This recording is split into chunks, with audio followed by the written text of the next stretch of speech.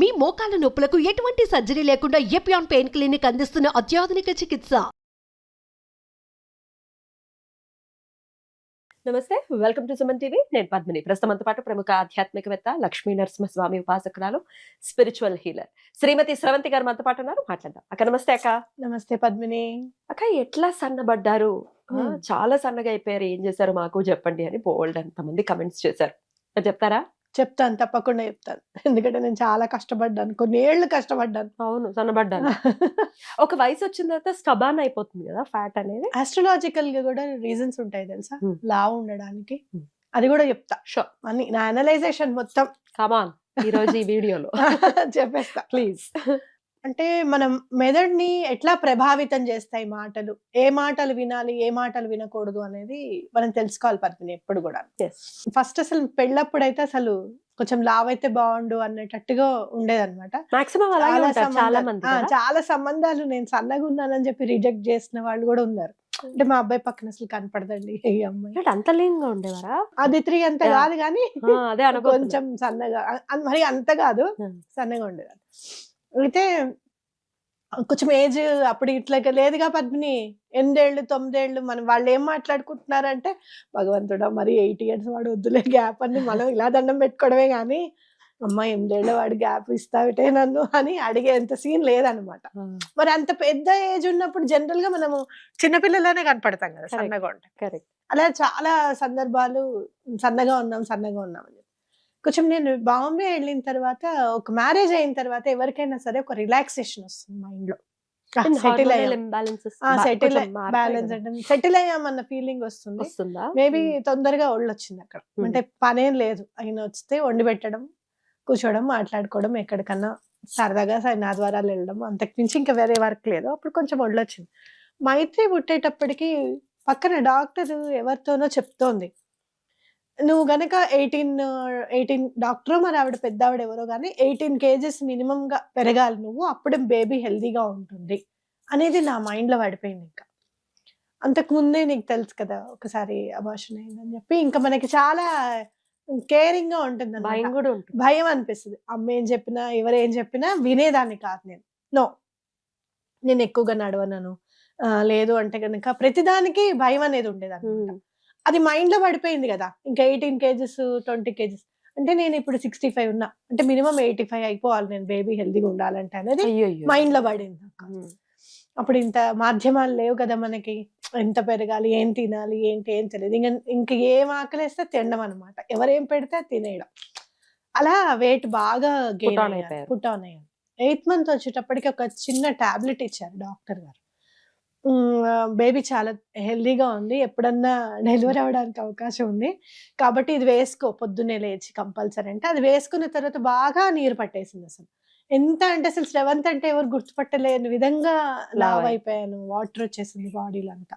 అయితే అట్లా పాప పుట్టిన తర్వాత ఎంత ట్రై చేశానో పద్మిని, అసలు తగ్గలేదు. ఎన్నేళ్ళు ట్రై చేశారు? అబ్బో 20 ఏళ్ళు ట్రై చేసా. ఇప్పుడు పిల్లకి 19 ఏళ్ళు 18 ఏళ్ల వరకు నా ట్రయల్స్ వేస్తూనే ఉన్నా. వాడు ఏం తినమంటే అది తిన్నాం. నువ్వు మిల్లెట్స్ తిను, మిల్లెట్స్ తిన్నాం. మిల్లెట్స్ తిన్నా తగ్గలేదా? తగ్గలేదు. తగ్గము, మిల్లెట్లు తిన్నా తగ్గము. వాకింగ్ ఒక్కటే చేయలేదు, అబద్ధం ఎందుకు చెప్పాలి. తిండి మాత్రం చాలా, వాటర్ మెలన్ డైట్ అని వచ్చింది అప్పట్లో, అది కూడా చేసాం. ఏం చేసినా తగ్గలేదు నేను అసలు. ఏంటి ముడి బియ్యం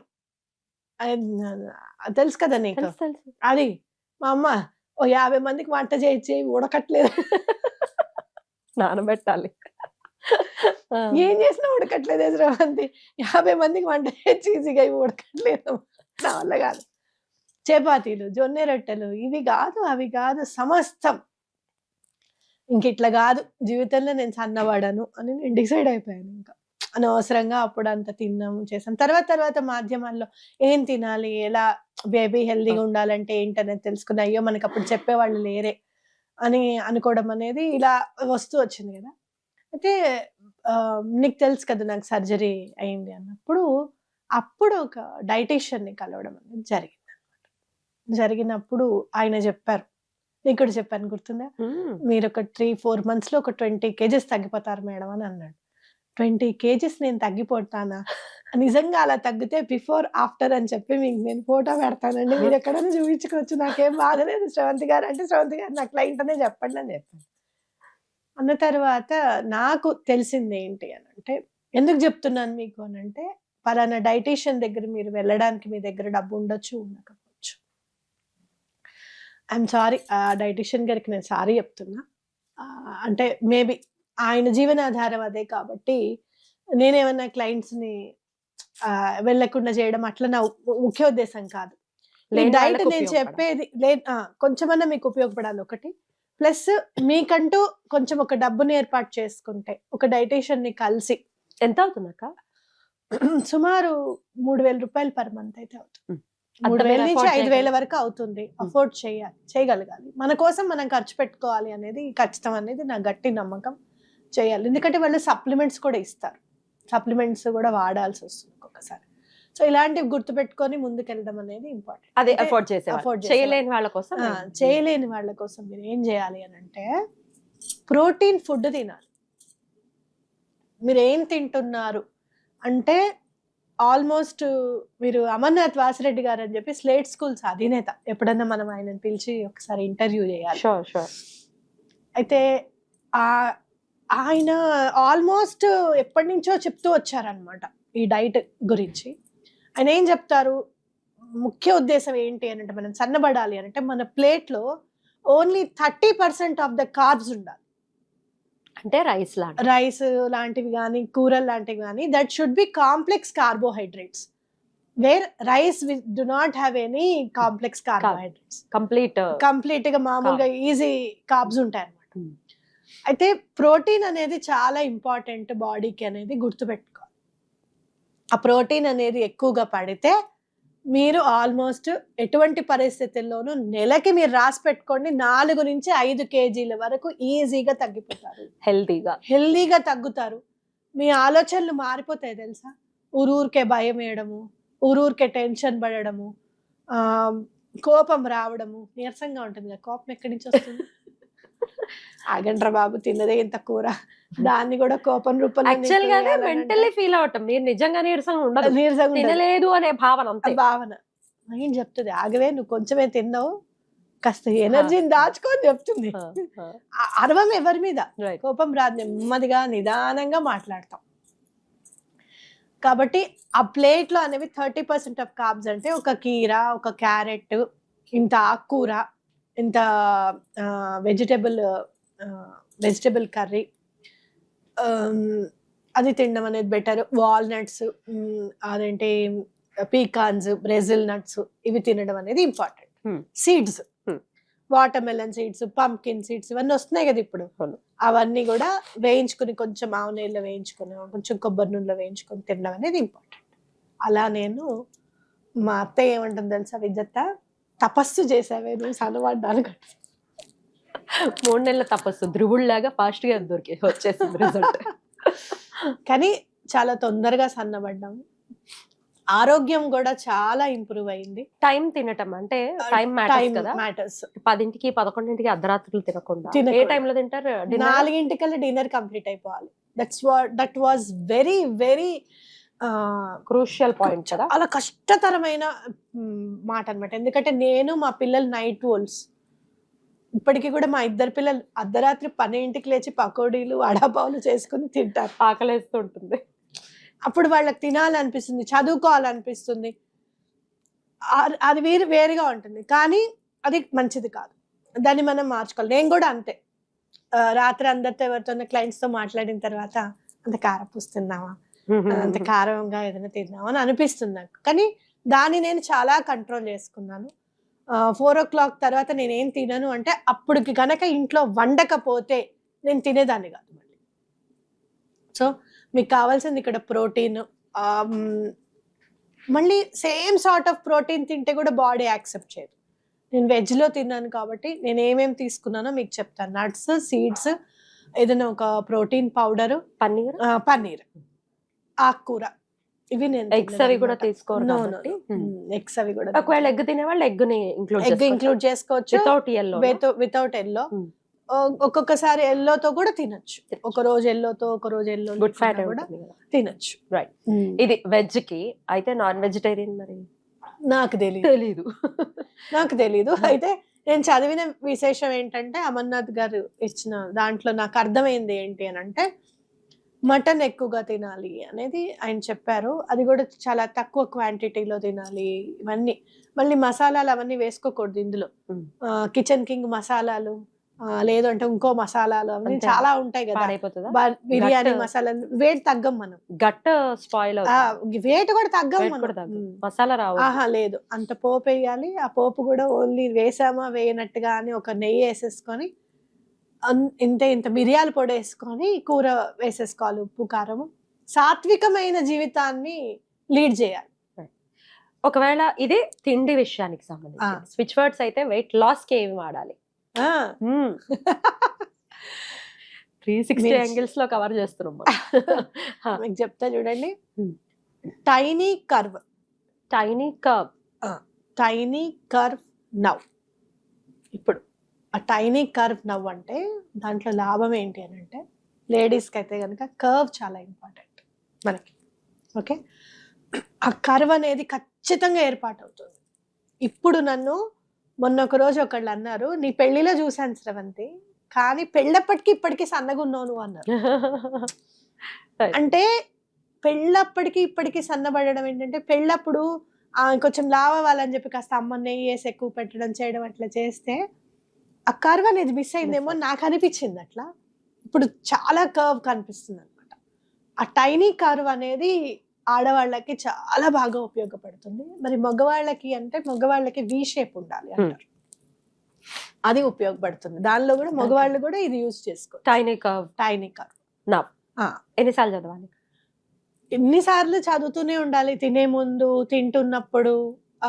మీరు ఏమాత్రం నిరుత్సాహపడకూడదు. ఇందులో ఒకటి ఉంది, ఎవరైనా ఇంత ఫ్రైమ్స్ వేయించుకుంటారు, ఇంత అప్పడం వేయించుకుంటారు, ఆ అప్పడం తినాలనిపిస్తుంది. అందులో మాకైతే ఈ గుమ్మడికాయ వడియాలని అవన్నీ పులుసు పెట్టుకుంటూ ఉంటారు. ఏమిటో జీవితం, ఈ పులుసు కూడా తిన జీవితం ఏమిటో అనిపిస్తుంది.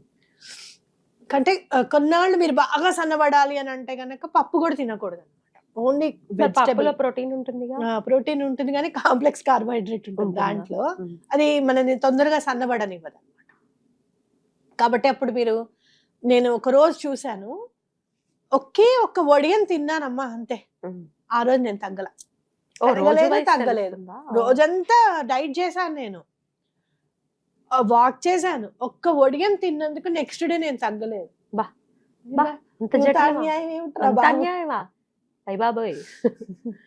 అప్పడాలు అవెన్ లో కూడా వేయించే పద్ధతి ఉంటుంది, అది కూడా తినద్దా?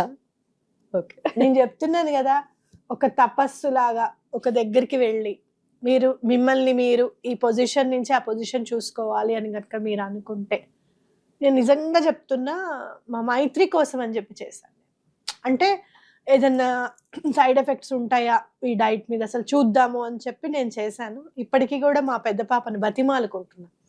అంటే అది అంటుంది, అమ్మ నీలాగా కన్నమూలాలు తిని బతకలేనే నేను, నాకు అసలు తిననియవే నన్ను, నేను చిన్నపిల్లనే అంటది. అది కరెక్టే, కాదని నేను అనను. కానీ చిన్నపిల్లలైనా పెద్దవాళ్ళైనా ఎవరైనా అధికంగా వెయిట్ ఉండడం అనేది కరెక్ట్ కాదు. ఇంకోటి, ఈ మధ్య కాలంలో ఇంకా సన్నబడడానికి కారణం ఏంటంటే మానసికంగా ఇబ్బంది పడడం. అంటే మనం అనకూడని మాటలు మాట్లాడుకుంటున్నామా, లేకపోతే వినకూడని సందర్భాలు ఏమన్నా మన జీవితంలోకి వచ్చాయా అనేది కూడా ఒక భాగం ఏర్పడి ఉండొచ్చు. అయితే దాన్ని ఎలా అధిగమించాలి అది కూడా చెప్తున్నాను. అది మంచిది కాదు. అప్పుడు ఏమనిపిస్తుంది తెలుసా, 2 చాక్లెట్లు తిందాం, అబ్బాయి ఏం జరుగుతుందో చూద్దాం అసలు మనకి. ఏమిటి అసలు ఈ బాధ, ఇది తినకూడదు అది తినకూడదు అంటే నేను పడుతున్నా కాబట్టి మీకు చెప్తున్నా. ఇవాళ అన్నంలో ఆవకాయ వేసుకొని తినాల్సిందే, ఏం జరుగుతుందో చూద్దాం, అసలు పెరుగుతామా పెరగమా, ఇవన్నీ మనకు వద్దు అని కూడా మనకు అనిపిస్తుంది. కానీ ఎలాంటి సందర్భం అయినా సరే తినేటప్పుడు మాత్రం ఇది భగవంతుడికి అర్పిస్తున్నాము, ఈ దేహమే గనక దేవాలయం అయితే నువ్వు తినే తిండే నైవేద్యంగా నువ్వు సమర్పించుకుంటే మాత్రం తప్పకుండా నువ్వు అనుకున్న వెయిట్కి గ్యారెంటీగా వచ్చేస్తావు.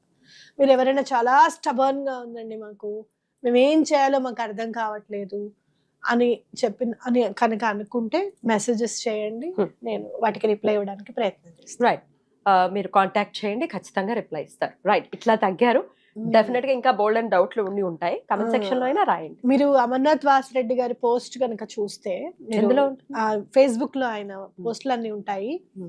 ఆయన సుమారు ఒక 12-13 సంవత్సరాల నుంచి డైట్ చేస్తారు. లీన్ గా ఆయన ఉంటారా? చాలా చాలా లీన్ అయ్యారు. ఆయనకి డయాబెటీస్ వచ్చిన తర్వాత టాబ్లెట్ వాడిన తర్వాత బాగా సన్నబడిపోయారంట. అంటే టాబ్లెట్ అసలు ఏమీ కళ లేకుండా. తర్వాత ఆయన ఇదంతా ఈ డైట్ అంతా ఫాలో అయ్యారు. ఫాలో అయిన తర్వాత టు మై సర్ప్రైజ్ ఆయనకి 2020లోనో 2021లోనో ఆయనకి బ్రెయిన్ స్ట్రోక్ వచ్చింది. అసలు బ్రెయిన్ స్ట్రోక్ వచ్చిన తర్వాత మనిషి లేచి నడవడము, ఇంత ఆరోగ్యంగా ఉండడం అనేది జరగని పని. అలాంటి వ్యక్తి జిమ్కి వెళ్ళి ఈ రోజు 6 ప్యాక్ బాడీని ఆయన గెయిన్ చేసుకున్నారు. ఎంత ఏజ్ ఉంటుందక్క? 60 ఉండొచ్చు. 60లో 6 ప్యాక్ పరిచయం చేస్తాను ఆయనని.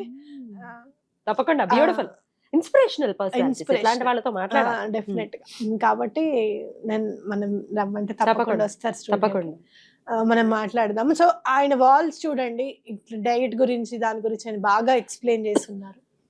తప్పకుండా తగ్గడానికి ప్రయత్నం చేయండి.